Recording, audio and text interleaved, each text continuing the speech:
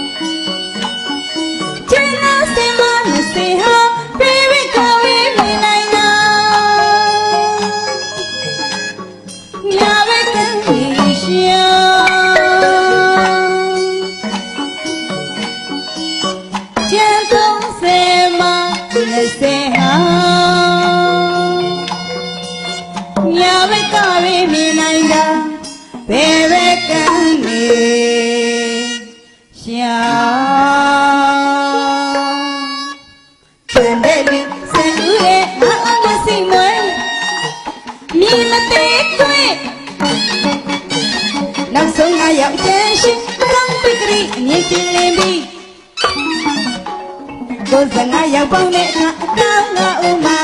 လောင်ပြောင်းလာခေမီရလောကတပါဝကျေးဇူးရှင်မရဗုဒ္ဓမြို့မဟာကန္နာယုံဆရာတော်ဘုရားကြီးအရှင်စင်လကဘေးဝင်သားရေးသားတော်မူခဲ့တဲ့ကိုကျင့်အဘိဓမ္မာဆိုတဲ့ကျမ်းစာအုပ်ထဲက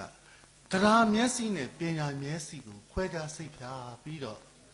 ကြဗျာဆရာမောင်သာလင်းကတရားထဲမှာငါနှုတ်ဆိုပြီးကြဗျာလေးရေးဖွဲ့ခဲ့ပါတယ်ကျွန်တော်မဂ္ဂဇင်းစာအုပ်ထဲမှာသွားတွေ့လိုက်တော့ကောင်းလိုက်တဲ့ကြဗျာတရားထဲမှာငါနှုတ်ခေါင်းစဉ်ပေးထားကြာအကူကကြည့်လိုက်တော့မဟာကန္နာယုံဆရာတော်ဘုရားကြီးအရှင်ဇနကဘိဝင်သားရဲ့ကိုကျင့်အဘိဓမ္မာကျမ်းစာအုပ်တွေကတရားမျက်စိနဲ့ပညာမျက်စိကိုခွဲခြားစိတ်ပြပြီးတော့အကိုအကားလုပ်ပြီးရေးထားကောင်းလိုက်တဲ့ကြဗျာဒီကြဗျာလေးကိုကျွန်တော်တန်ဆင်ထည့်ပြီးကိုယ့်ရဲ့ကျေးဇူးရှင်ပိဋကကိုတင်ပြရရင်ကောင်းမယ်ဆရာတော်ဘုရားကြီးကိုပူဇော်ကြောရရင်ကောင်းမယ်ဆိုပြီးကျွန်တော်စိတ်ကူးရတာနဲ့တန်ဆင်လေးထည့်ပြီးတော့ကျွန်တော်ရဲ့ကျေးဇူးရှင်များကိုကျေးဇူးဆက်လက်ခြင်းဖြစ်ပါတယ်တောင်းမရှိပါမဆွေရှင်တန်ဆင်မထည့်ပဲနဲ့သမီးရဲ့အဲ့ဒီကြဗျာကိုဒီတိုင်းလေးရွတ်ပေးစမ်းနော်ဟုတ်ကဲ့အတမထက်ရွတ်လူတရားမှာ90ဟာစုံလုံးကန်းနီရှာဘာမျှမမြင်ပါကျန်90မှာ20ဟာဘယ်ဘက်ကပဲမြင်နိုင်တာညာဘက်ကန်းနီရှာကျန်30မှာ20ဟာညာဘက်ကပဲမြင်နိုင်တာဘယ်ဘက်ကန်းနေရှာကြံတဲ့လူ10ဦးတဲ့9ဦးမျက်စိမွဲအမြင်မသေးကွယ် နောက်ဆုံး9ယောက်အကြံရှိ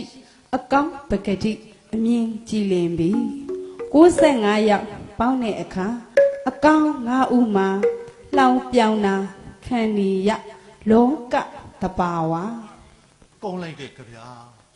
ဒါကိုကျွန်တော်တန်စင်လေးထည့်ပြီးကျွန်တော်ရဲ့ကျေးဇူးရှင်များကိုကျေးဇူးဆက်ကြည့်ပါတယ်မဆွေ ရှင် တန်စင်လေးထည့်ပြီးဆိုကြည်သားသမီးရဲ့ လူတရားမှာငါစေဟာဇုံလောကနေရှာပါမြမမြင်ပါ လူတရားရှိပါတယ်တဲ့အဲ့လူတရားတွေက90ဟာဇုံလုံးကန်းနေတယ်ဘာမှသူတို့မမြင်ဘူးတဲ့ကိုပဲတော့ဆရာတရားတွေက90နှုတ်လိုက်တော့လူဘယ်နှယောက်ကြံတယ်လေ 50ပါဆရာ 90ကြံတယ်နော် ဟုတ်ကဲ့ အဲ့ဒီ90ကိုသုံးသပ်ကြည့်ရအောင် ကျင်ငါစီမ20ဟာပေရကဝေမြင်နိုင်တာညာဘက်ကနေရှာ ကျန်တာက90ပါတဲ့90တွေက20ကလေဘယ်ဘက်ကပဲမြင်ပြီးတော့ညာဘက်ကကန်းနေတယ်90တဲ့က20ထပ်ပြီးနှုတ်လိုက်တော့လူဘယ်နှယောက်ကျန်တယ်လဲ 30ပါဆရာ အဲ့ဒီ30ကိုသုံးသပ်ကြည့်ရအောင် ကျင်30မှာ20ဟာညာဘက်ကဝေမြင်နိုင်တာဘယ်ဘက်ကနေရှာ ကျန်တာက30ပါတဲ့30တွေက20ကလည်းပဲညာဘက်ကမြင်ပြီးတော့ဘယ်ဘက်ကကန်းနေပြန်ရောတဲ့တစ်ဖက်မြင်တစ်ဖက်ကန်းကြီးဖြစ်နေပြန်ရောတဲ့ဗျာအဲ့တော့30တဲ့က20ထပ်ပြီးတော့နှုတ်လိုက်တော့လူဘယ်နှယောက်ကျန်တယ်လဲ 10ဦးပဲကျန်ပါဆရာ 10ယောက်ပဲကျန်တယ်နော်အဲ့ဒီ10ယောက်ကိုသုံးသပ်ကြည့်ရအောင် ကျန်တဲ့လူ10ဦးတဲ့9ဦးမျက်စိမွဲအမြင်မသေးကွယ် ကျန်တာက10ဦးပါတဲ့10ဦးတဲ့က9ဦးကလည်းပဲမျက်စိမွဲတယ်တဲ့အမြင်မသေးခွဲဘူးဟောတာအဖြူအနီအဝါအညိုအပြာရဲ့လို့သူတို့မှတဲကွဲတဲ့မျက်စိမရှိဘူးတဲ့အဲ့တော့10ဦးတဲ့က9ဦးထပ်ပြီးနှုတ်လိုက်တော့လူဘယ်နှယောက်ကျန်တယ်လဲ 5ဦးပဲဆရာ 9ယောက်ပဲကျန်တယ်နော် ဟုတ်ကဲ့ အဲ့ဒီ9ယောက်ကိုသုံးသပ်ကြည့်ရအောင် နောက်ဆုံး9ယောက်အကျဉ်ရှိအကောင်းပကတိအမြင်ကြည်လင်ပြီး အမလီနောက်ဆုံးကြံလဲ9ယောက်ကတော့အကောင်းဘက်ကလေးအမြင်ကြီးလင်လေတဲ့ဟောတာအဖြူအနီအဝါအညိုအပြာရဲ့လို့သူတို့မှတဲကွဲတဲ့မျက်စိရှိတယ်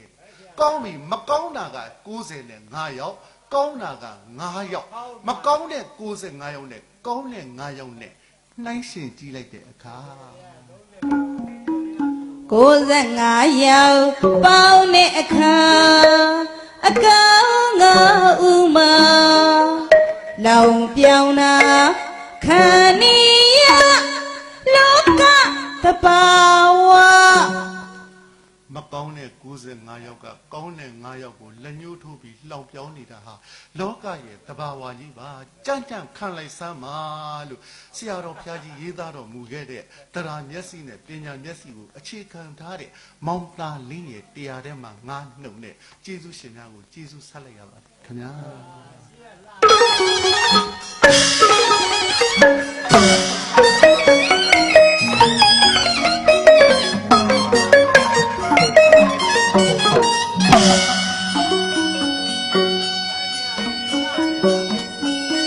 လူတရားမှာငါစေဟာဆုံးလုံးကနေရှာ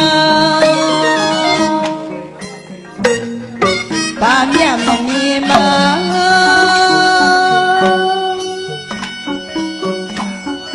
ကျန်တဲ့စေမ20ဟာပြေ